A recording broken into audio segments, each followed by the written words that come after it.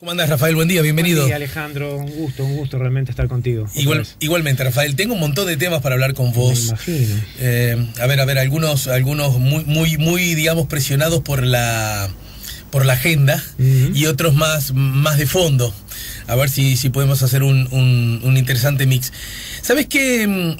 A propósito de la reciente ley aprobada en Cámara Alta y Cámara Baja de derechos de autor que extiende de 50 a 70 años justamente estos derechos de 50 a 70 años después de hecha la obra, bueno, como todo el mundo sabe, se votó con el voto de todos los partidos y con algunas excepciones. Casagrande, vos, Rafael, estuviste entre estas excepciones. Y la verdad que hice como, en este caso, como un ejercicio al revés, ¿no? Porque luce desde afuera tan clara la opción por votar a favor de ese cambio, y de hecho fue tan clara y abrumadoramente mayoritaria que, teniendo en cuenta las cualidades de quienes votaron en contra, lo digo explícitamente, cualidades que tienen que ver con el estudio, que tienen que ver con la ponderación, que tienen que ver con una mirada sensible de los hechos que atraviesan la sociedad, me resultaba particularmente interesante conversar contigo, Rafael, para que nos expliques por qué algo que luce tan claramente como a favor de esta propuesta mereció tu voto contrario, aún poniéndote en contra de lo que, bueno, el sistema político en su casi totalidad piensa.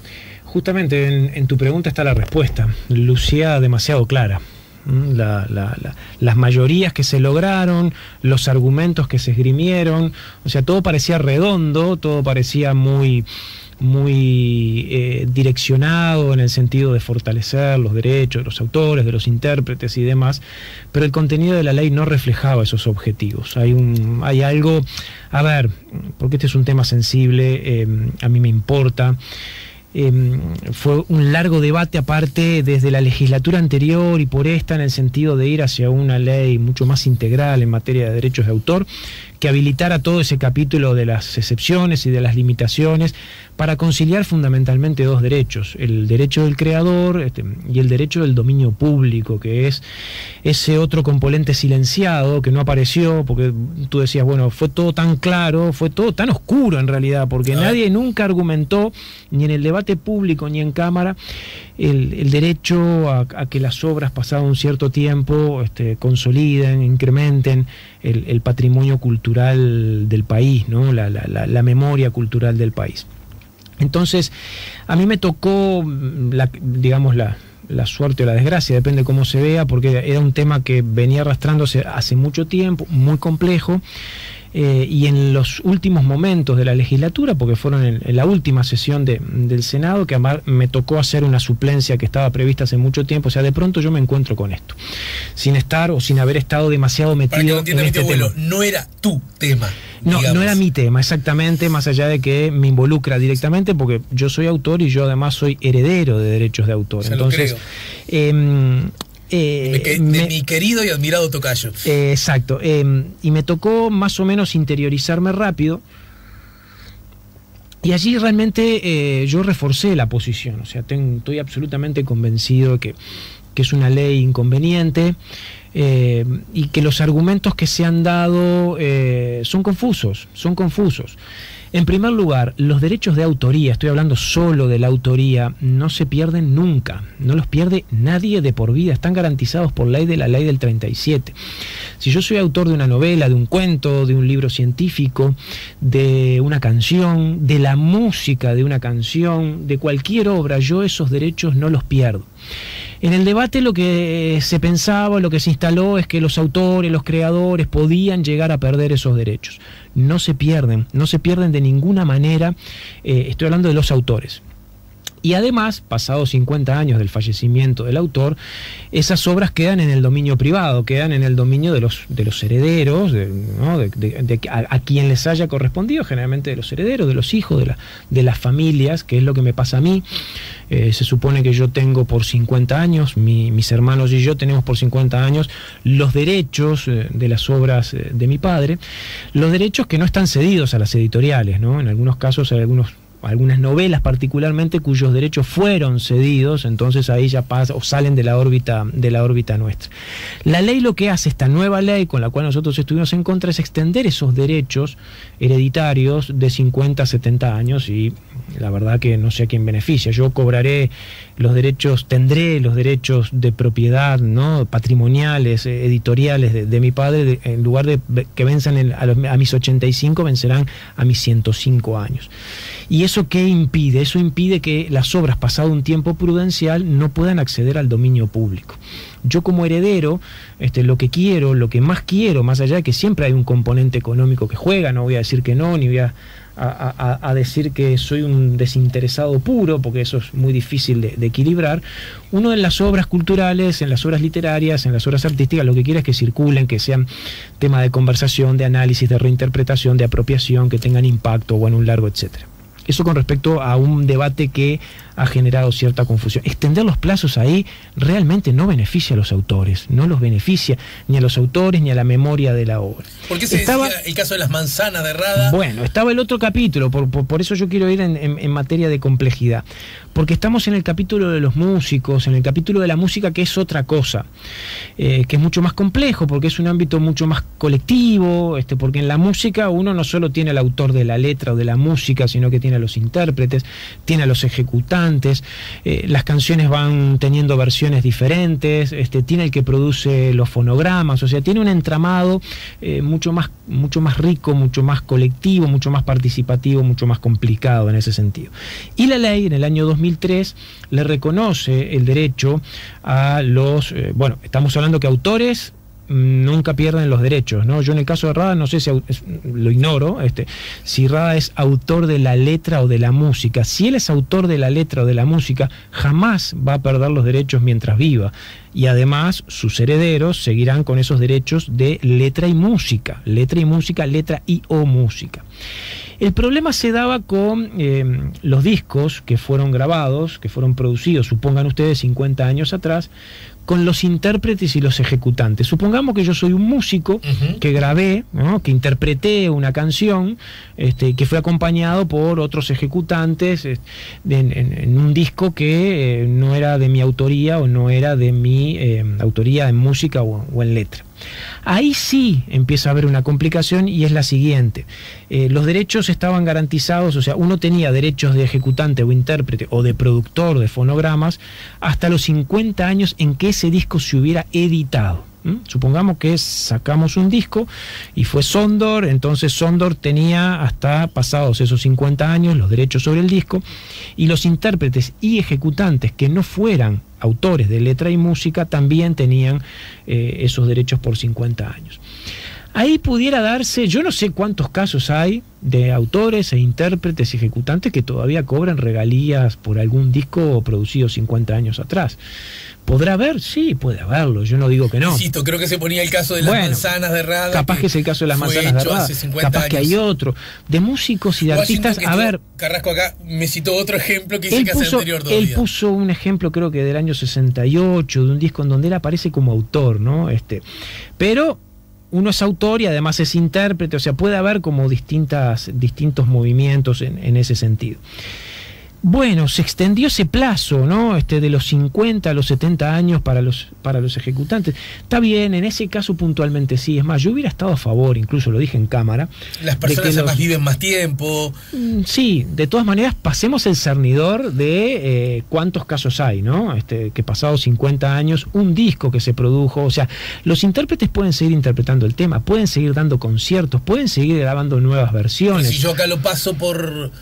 En mi programa, si lo paso y ahora... No, tenés que seguir pagándole los derechos de autor que correspondan, tal cual la regulación, a los autores de la letra y de la calidad de intérprete, sí, y en la calidad del productor del fonograma también.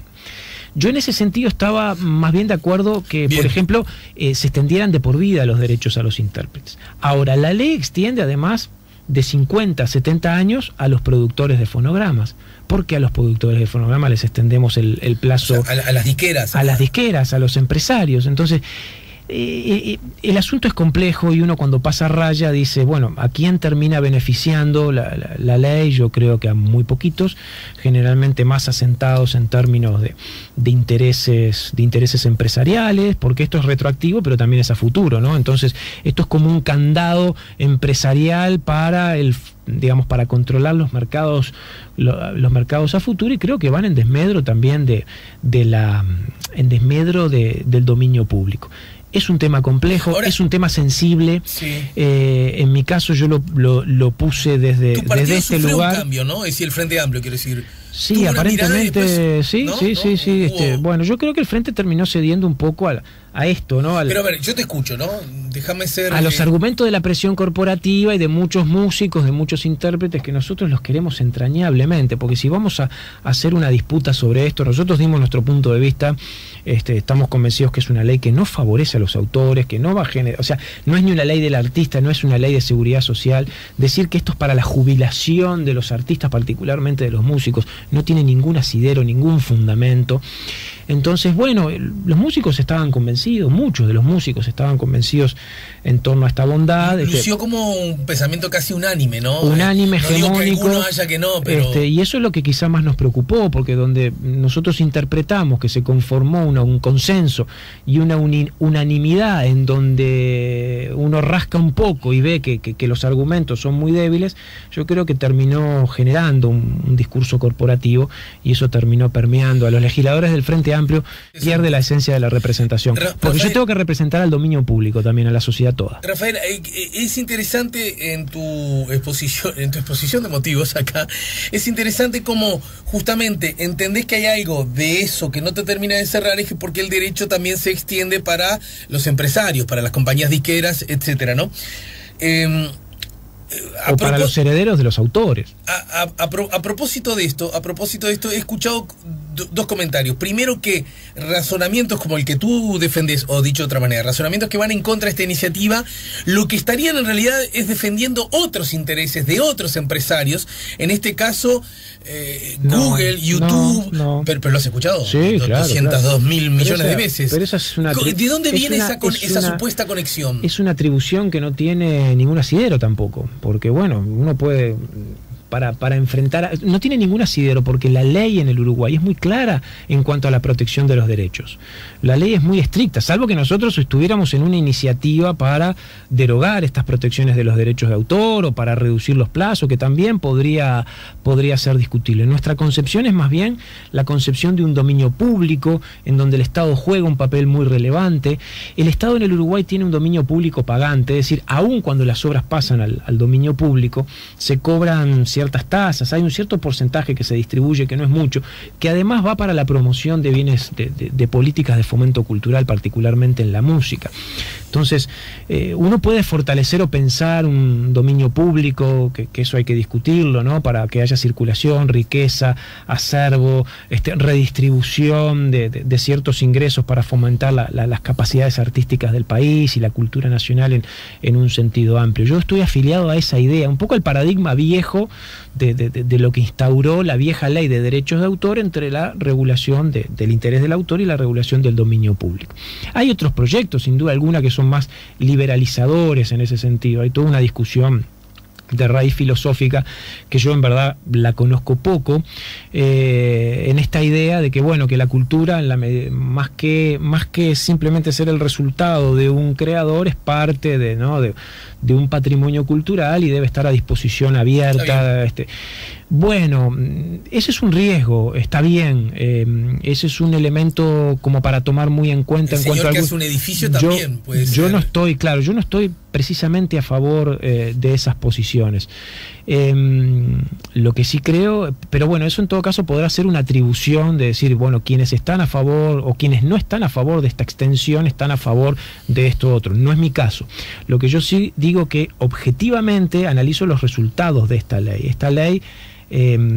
Esta ley beneficia a unos muy pocos y no resuelve los grandes problemas de las políticas culturales del país. Con ironía leí algo así como, resulta que la postura de oponerse a esta extensión de derechos está a favor de que campo sea de todos, pero que, por Fabini, ¿no?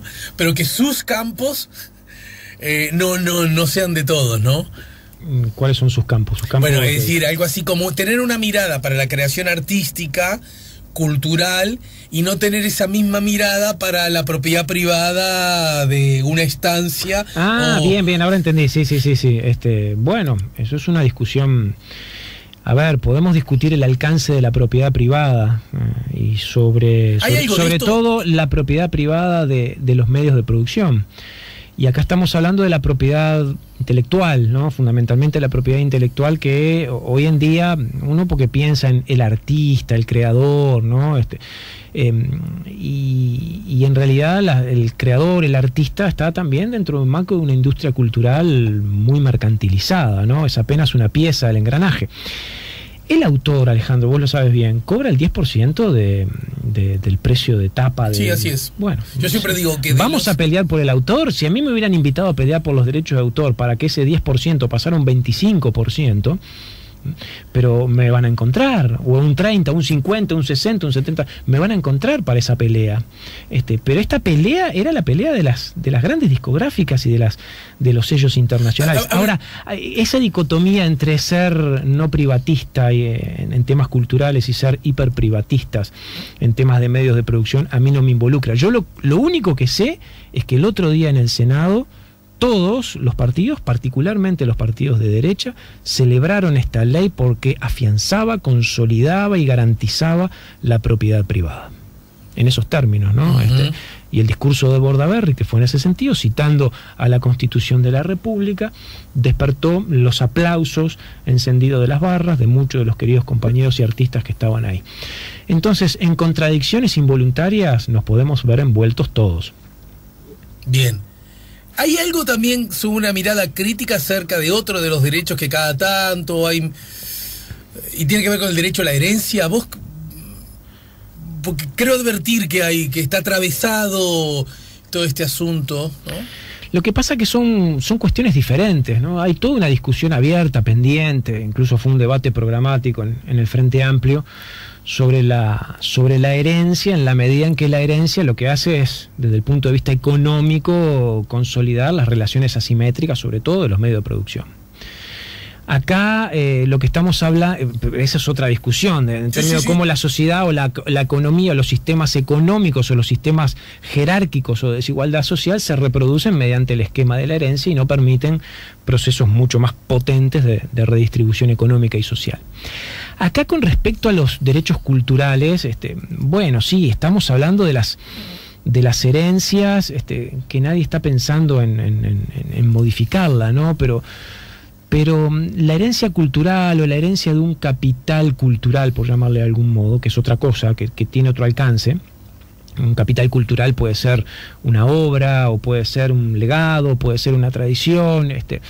En general, en términos generales, por lo menos para el caso uruguayo, para todos los países, pero para el caso uruguayo también, tienen muy poca significación económica. Escasísima significación económica.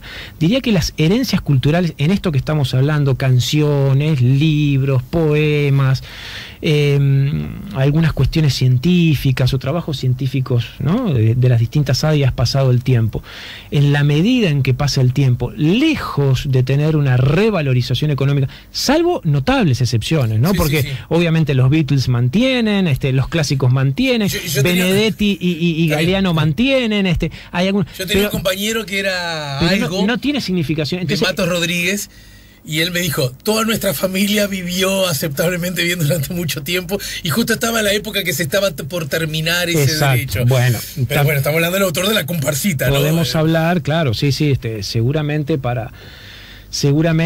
estoy pensando en el patrimonio cultural del país. Cuando uno piensa en términos de la herencia, uno desearía, si quisiera una revalorización sustantiva, que esa herencia pasara al dominio público, es la manera de revalorizarla.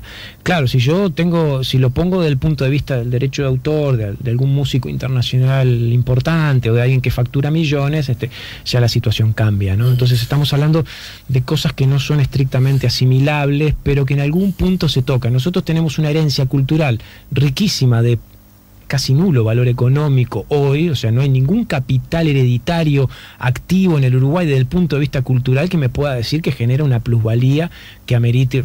No lo hay, sacando contadísimas excepciones. Pero a futuro, tal cual la industria cultural va marchando, bueno, estas leyes lo que hacen, pues nos acompasamos al criterio internacional. Claro, ¿cómo nos vamos a acompasar al criterio internacional si las presiones son las mismas y las lógicas es ir ganándose mercados? Porque en Canadá, en México, en Argentina pasa lo mismo. Bueno, sí, claro. Lucía Uruguay como una excepción en ese sentido, ¿no? Y bueno, y eso es una ventaja, yo creo que era una ventaja. Pero ¿sabes lo que pasa, Rafael? Porque protege el dominio público, esa es la ventaja, le da un cierto margen de protección del dominio público. Para terminar con este tema, porque tengo dos más para hablar contigo. En todo caso, el dominio público, y por lo tanto se puede decir de un interés generalizado, ¿no? ¿En qué se ve afectado en correr esta extensión de derecho de 50 a 70 años? Brutal. El dominio público brutal, sobre todo en los casos de los autores, en los casos de la literatura. Tal vez, a ver, primero que hay una cantidad de obras que ya pasaron. Aunque tú te habías beneficiado en este caso por ser heredero de los derechos de la obra de tu viejo, por ejemplo. Yo me río de cuál es el beneficio. La verdad que trato de entender desde el punto de vista de alguna racionalidad económica, y en realidad objetivamente esta ley me perjudica porque los derechos de autor que mi padre cedió a algunas editoriales extranjeras, en particular de alguna novela, yo voy a tener que esperar. Pienso vivir hasta ese entonces, pero tengo que esperar a los 105 años para que entre en el dominio público. No lo puedo hacer antes, porque están cedidos. Y yo lo que quiero es que las obras entren al algunas, obviamente, que se sigan. Te tenés fe igual, ¿no? Sí, estoy convencidísimo. Aparte, no falta tanto, así que. Entonces, ¿cuál es el beneficio? Si alguien me pudiera demostrar objetivamente cuál es el beneficio, ¿me perjudica puntualmente a mí esta extensión o a cualquiera individualmente? Tampoco. Porque nadie piensa en esos plazos. O sea que los artistas uruguayos que recibieron con beneplácito, no se hizo un referéndum, pero uno tiene la impresión, te diría hasta la convicción, de que es la inmensa mayoría, ¿no es cierto? Que vivieron como buena noticia. Claro. Entre esos artistas además muy eclécticos en su hacer, ¿no? Sí. No solo de un único palo artístico, por decirlo así, ¿verdad? Y la gran mayoría especialmente queridos, admirados. Tú dices que yo quiero ser cuidadoso con eso, pero si no entramos en un terreno, estar, digamos, un tanto confundidos acerca del verdadero alcance de... Yo no puedo generalizar, no tengo derecho a presumir. Yo he leído algunas cosas puntualmente, muy puntuales, ¿sí? de cantantes, de músicos, de artistas que han puesto en las redes sociales, que me sorprende, pero me sorprende tremendamente el grado de confusión, porque dicen cosas que nada tienen que ver ni con el ordenamiento jurídico actual, ni con lo que se está proponiendo. Lo pregunto de otra manera, el arco político uruguayo del centro hacia la derecha, ¿verdad?, que entusiasta votó a favor de esta reforma, ¿tú crees que lo hace amparado en la convicción del respeto y la reivindicación del derecho a la propiedad, casi como una piedra fundamental ideológica de su accionar? Estamos de acuerdo, está ahí, ¿no? Más que en el derecho y en la importancia que para el patrimonio de una nación significan los artistas. Sí, yo creo que sí.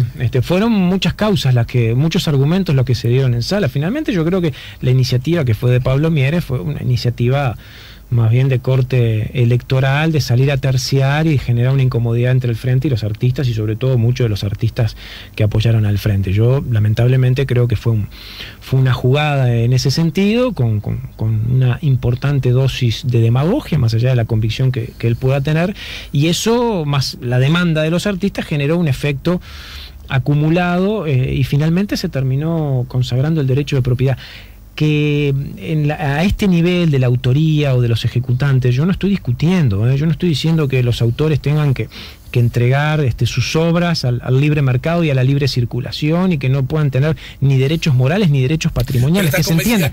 Pero sin embargo, lo que más me llamó la atención el otro día, en todos los argumentos, es que nadie se preocupó por el dominio público. Y en todo caso, esto termina siendo, según vos, una mejor noticia para los empresarios del hacer artístico que para los artistas. Para los empresarios, sin duda, a futuro fundamentalmente, porque quedan con un mercado cuyos derechos van a tener por más tiempo, a pesar de que Uruguay es un mercado chico, y tal vez algunos músicos, algunos intérpretes, 3 o 4, serán cuántos, no sé, porque tampoco hay evidencia, algunos que eventualmente pudieran ver caducos ahora, en breve, algunos derechos de algunas obras fonográficas que pudieran haber sido editadas 50 años atrás.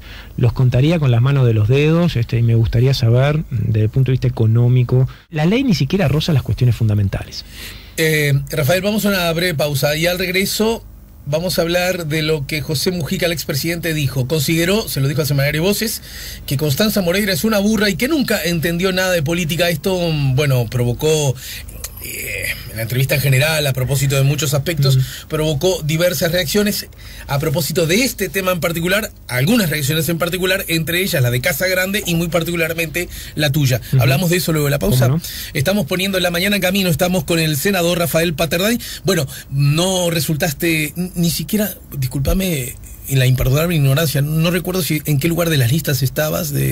Yo iba como segundo titular al Senado. Segundo titular, o sea que estabas en un lugar, como se dice en la jerga, salible. No, sacar 2 senadores en Uruguay es muy difícil, sacar un senador en Uruguay es muy difícil. Rafael, quiero que me mires a los ojos sin que esto signifique nada más que lo que te voy a decir. ¿Nunca te ilusionaste en que podrías ser senador de la República? ¿Senador titular? No, titular no, en segundo lugar no. Bueno, nosotros peleamos para que Constanza llegara finalmente al Senado. Eso no lo obtuvieron. Cosa que no ocurrió. Bien, perfecto. Pero insisto que son 60, 70 mil votos para llegar al Senado de la República, no es una tarea sencilla. Pero en una línea ascendente que uno podría suponer que no habría razones para suponer que se cortara, la de Casa Grande en general, la de Constanza Moreira en particular, ¿no es cierto? Constanza se incorporó al sistema político, empezó a ocupar lo que dicen los analistas, un lugar en él, una visibilidad, un discurso, un relato, se transformó en vocera de cierta sensibilidad de la izquierda. Ese es un capital político enorme. Hay muchos dirigentes políticos que intentan y no lo logran, o en todo caso que les lleva mucho más tiempo que el que da la sensación le llevó a Constanza Moreira. Hasta ahí voy bien, ¿no? Muy bien, sí. Bien. Lo logró bien y con creces. Fue un resultado satisfactorio 5 años atrás. Exacto.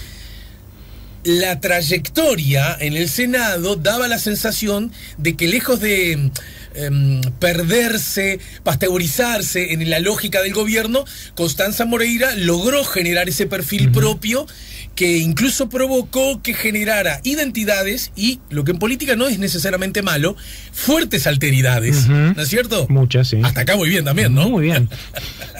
Me vas a preguntar por qué eso no ocurrió, bueno, o sea, por qué no se materializó electoralmente. No se consolida el crecimiento, por eso te decía que me resultaba un poco exagerado suponer que no tuviese chances, porque amparado en ese caballito que ustedes mismos generaron, ni siquiera lo tomo como algo prestado, me daba la sensación que era legítima la ambición legítima, de suponer que iban a tener una muy buena votación, incluso superando la que habían obtenido. Eso no solo no ocurrió, sino que ocurrió casi, lo digo para pelearte un poco, todo lo contrario. Exacto. ¿No?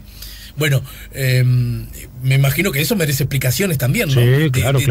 Más allá de la performance política del Frente Amplio, política electoral. Lo que pasa es que nosotros vamos atados también al frente. O sea, los movimientos ascendentes o descendentes en 5 años que transformaron mucho al Frente Amplio y generaron alineamientos. Sí, pero no bajaron un 9% como bajó el Frente Amplio, ¿no? No, está claro, sí. Bajamos más, sí, en proporción. Pero siempre le pasa a los sectores entre una elección y otra de tener movimientos bastante inesperados y bastante abruptos. Luego de la tanta también hablamos. ¿Cómo no? Con mucho gusto. Estamos con Rafael Patterdine. ¿Volvés a la docencia? En realidad nunca la habías dejado. Nunca me fui. Sí, yo no soy un político profesional, soy un político apenas ocasional. ¿Algo en contra de los políticos profesionales? Nada, absolutamente nada. Digo, porque viste que ahora hay momentos discursos antisistémicos que... Estoy en el mismo lugar que he estado del año 92. Bien. Pero si no sos senador vas a ganar menos dinero también, supongo, ¿no? Pero es que yo no gano dinero porque yo cobro cada vez que ingreso. Y más bien que lo has hecho... yo soy un suplente, yo era el primer, soy hasta el 15 de febrero, el primer suplente de Constanza Moreira. ¿Y no echas de menos eso de que no vuelvas al Senado? Eso suponía para mí un problema porque implicaba estar como en 2 mundos, mi mundo principal, que es mi mundo académico, y el mundo político, que hay que seguirlo porque a veces uno, como le pasa a los goleros, ¿no? A veces tienen que entrar cuando menos se lo espera. Y tiene que estar más o menos preparado, entonces conciliar eso es difícil, pero no era mi ocupación central. Ocurrió algunas veces y desde el punto de vista salarial uno cobra el día que trabaja. baja, más nada. Estamos con Rafael Paternain. Estamos poniendo la mañana en camino, estamos en el 98.7. ¿Qué tal se lleva? Estamos conversando con Rafael Paternain. ¿Cómo me está costando hoy? Rafael Paternain, el día que se conmemora una fecha de muerte de Dijépoli. ¿Cómo te llevas con el tango vos, Rafa? Más bien poco, ¿no? Más bien poco. No le tengo rechazo. Pero Alejandro, tu papá, el escritor. Sí, él tenía, mis dos padres tenían mucha cercanía con el tango. Pero eso no logró. Pero no logró perder. Y alguna vez, de vez en cuando, tengo ahí algo, pero no especialmente. Cuando el otro día, yo trabajo también de tarde, creo que lo sabés, ¿no? En Esta Boca es Mía, en Canal 12, creo que has estado allí incluso. Claro. Se comentó acerca de los dichos de Mujica y sus miradas acerca del feminismo en general y otros aspectos más. Y yo lo que dije es que a mí el grueso, el corazón, la esencia de su pensamiento a mí no me asombraba, porque en realidad responde a un corte que existe en la sociedad, también a nivel político, incluso que va más allá de los partidos políticos, que tiene que ver, sobre estos aspectos hay miradas más progresistas y más conservadoras. Y hay miradas conservadoras dentro de tu partido, del Frente Amplio, acerca de estos temas, ¿no es cierto? Entonces, como las ha habido históricamente, ¿no? Y muy transversales, porque tampoco las podemos endilgar solo a un sector o a una figura, o sea... Rafa, yo recordaba que en el primer gobierno del Frente Amplio, el miembro informante de la despenalización del aborto había sido el senador Julio Sanguinetti, el miembro informante. Ley que terminó siendo vetada por el presidente Tabaré Vázquez, para ver, ¿no?, dimensiones y cruces a propósito de estos asuntos. Entonces, a mí, tanto lo de Mujica, que es hijo de su tiempo, pero también de su lógica política, a mí no me asombraba tanto, ¿verdad?, algunos conceptos. Los que emitió en particular sobre la senadora Moreira, ¿a ustedes sí les asombró? A ver, son declaraciones lamentables, innecesarias, absolutamente innecesarias, porque son insultos, son agravios que no se pueden tolerar a nadie, ¿no? A nadie. Hubiéramos reaccionado de la misma manera. A nosotros nos duele. Lo que quiera, que no le pasa nada. A nosotros, sí. La sensación que me queda es que sí, ¿no?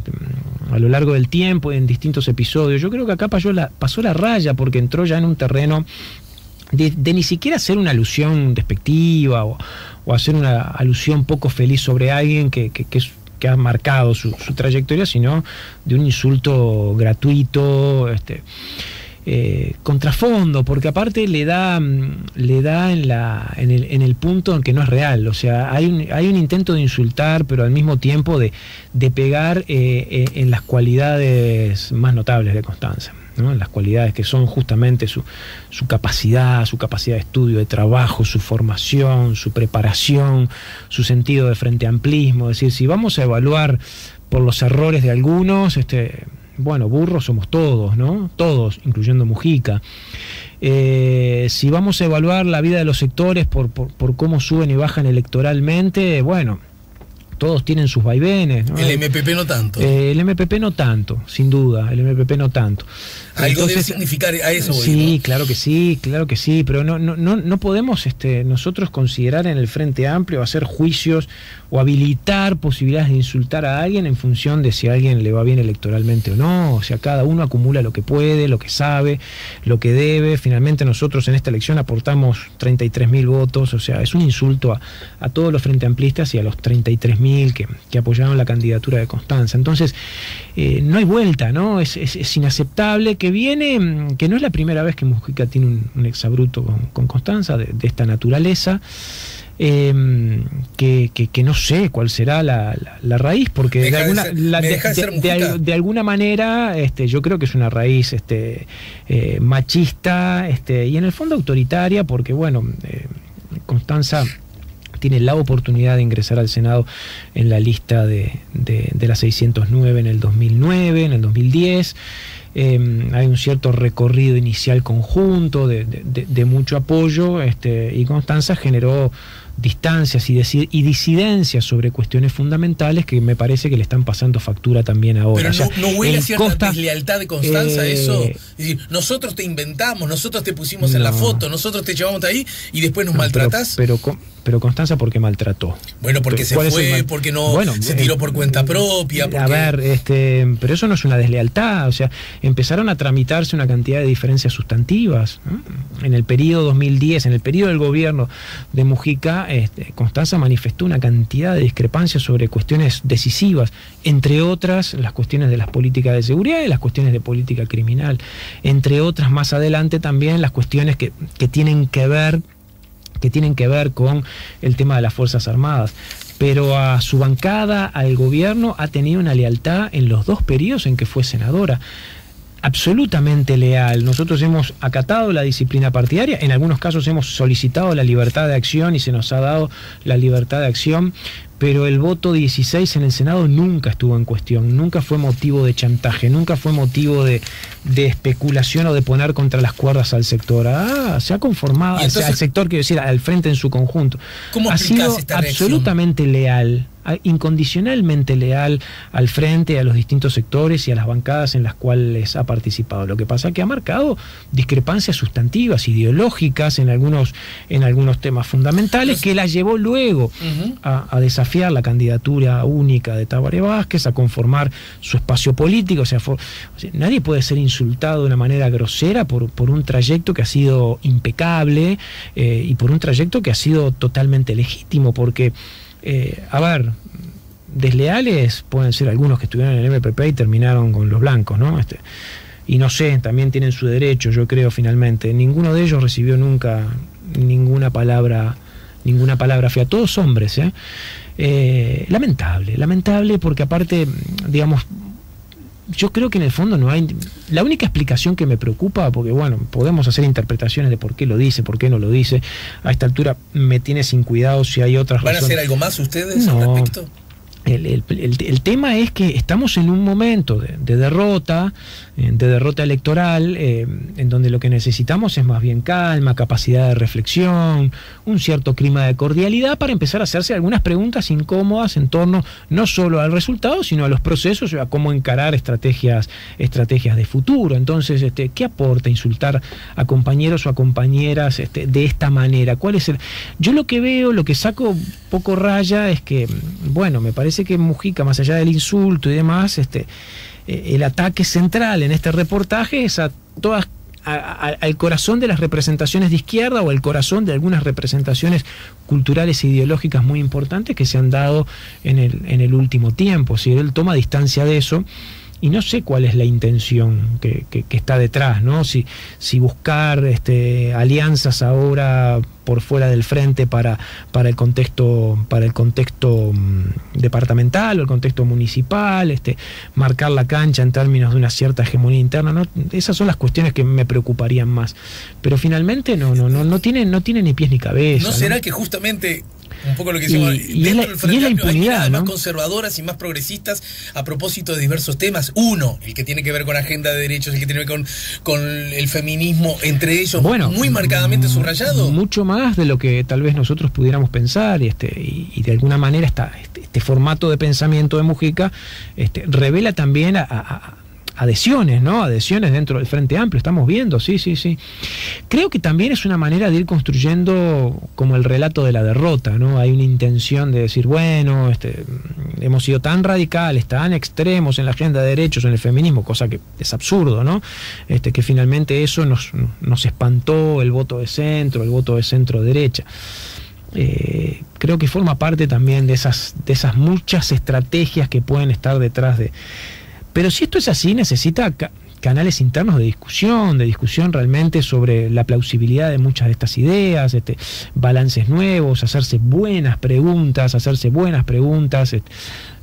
acerca de de por qué el Frente Amplio finalmente termina perdiendo, porque una de las preguntas es por qué el Frente Amplio tenía que ganar un cuarto gobierno. O sea, hay muchas maneras de responder a esto, y creo que lo que hay es, bueno, es un ataque gratuito, un agravio gratuito, y que es un ataque gratuito que seguramente solo en algunos parece que esos ataques solo se los ligan las mujeres, y nunca hay equivalente. Un ataque misógino y machista, bueno, muy condenable. De la condición misógina y machista de esta conducta, haría mal mi trabajo si yo no recordara que 5 años atrás, en el marco de la elección departamental de Montevideo, hubo 3 candidatos, un varón y 2 mujeres, y Constanza apoya al único varón. Ahí esa actitud no luce como una, al menos, contradicción. A ver, estamos hablando de dos cosas diferentes, ¿no? Acá estamos hablando de un insulto, ¿no? Y estamos hablando de una regularidad de un insulto y de un ataque personal absolutamente injustificable. Con respecto a la perspectiva de género y a la posibilidad de apoyar candidaturas de distinto tenor, esa fue una discusión abierta, sí. Yo no voy a decir que luzca contradictorio, pero que genera ciertas tensiones, porque digamos, la necesidad de la participación de política de las mujeres es una necesidad absolutamente imperiosa. Creo que quedó claro, incluso a nivel de representación, la subrepresentación que estamos teniendo, que vamos a tener ahora en el Parlamento, también particularmente en el Frente Amplio, como uno de los grandes capítulos vinculado a los temas de desigualdad de género. Eso no quiere decir... La justificación no alcanzó, parece, ¿no? Exacto, eso no quiere decir que necesariamente todos los comportamientos políticos tengan que reducirse a la variable de género, particularmente cuando uno va a apoyar una candidatura. Porque si no, muchas veces a nosotros se nos decía de siempre estar sesgados, sí, dogmáticamente, en el sentido de una visión más bien exagerada del discurso de género en la perspectiva política. Ahora, cuando no tomamos esa decisión, se señala que es un discurso contradictorio. Sin embargo, yo creo que no necesariamente, porque pueden entrar a tallar allí otro tipo de afinidades, concepciones políticas más amplias. Uno puede también apoyar a compañeros, eventualmente en un momento determinado, que tengan perspectiva de género muy fuertemente incorporadas, y que sean varones. No necesariamente algunas mujeres o algunas compañeras tienen perspectivas tan arraigadas de género como comparativamente o sea, no es mecánico.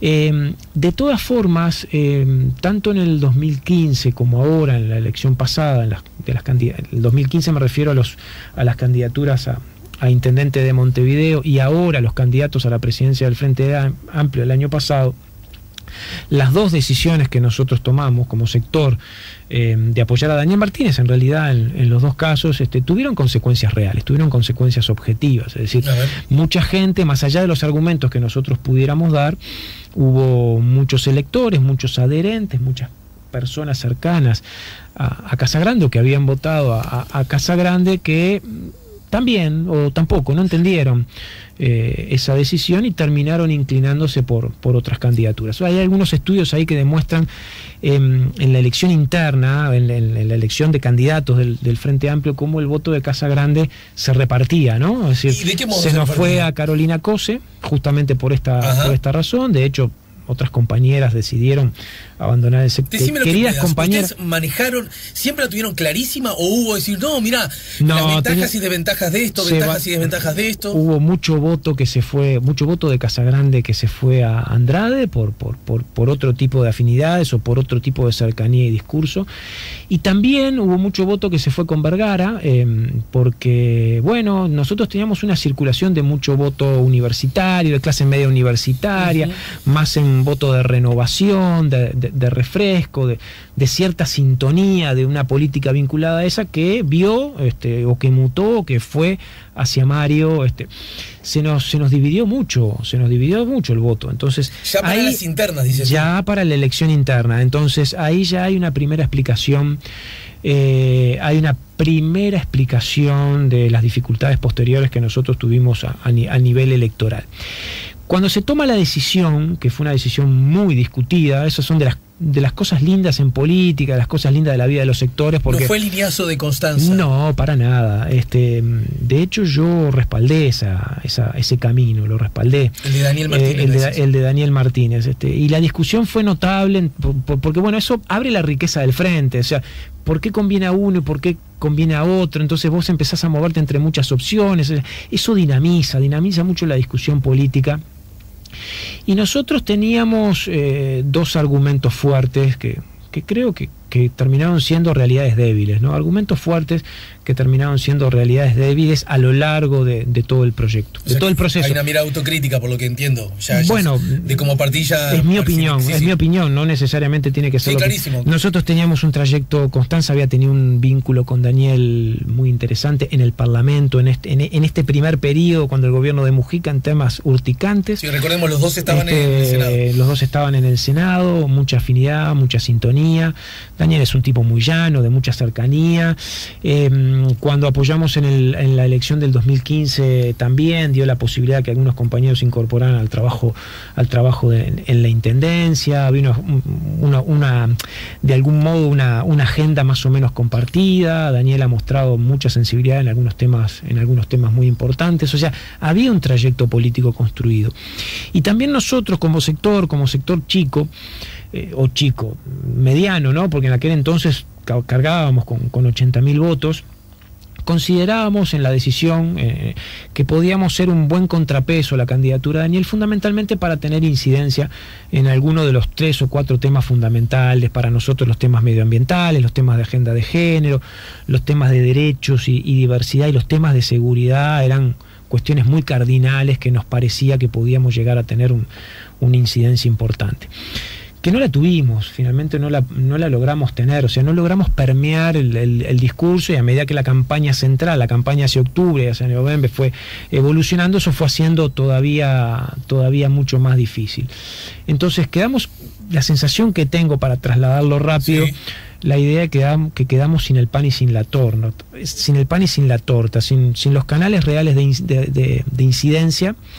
Porque yo lo tengo que decir, a mí el discurso de Daniel Martínez sobre la cuestión de seguridad, en algunos puntos, me preocupó mucho. En otros no, porque Daniel tenía una cabeza, ¿no? Tiene una cabeza muy abierta en algunas cosas, pero tuvo un giro muy preocupante. Capaz que eso es para otro día, para discutirlo más en otro día, porque es complejo. Pero no logramos tener una interlocución, y nuestros votantes, finalmente, migraron, se fueron hacia otros lugares.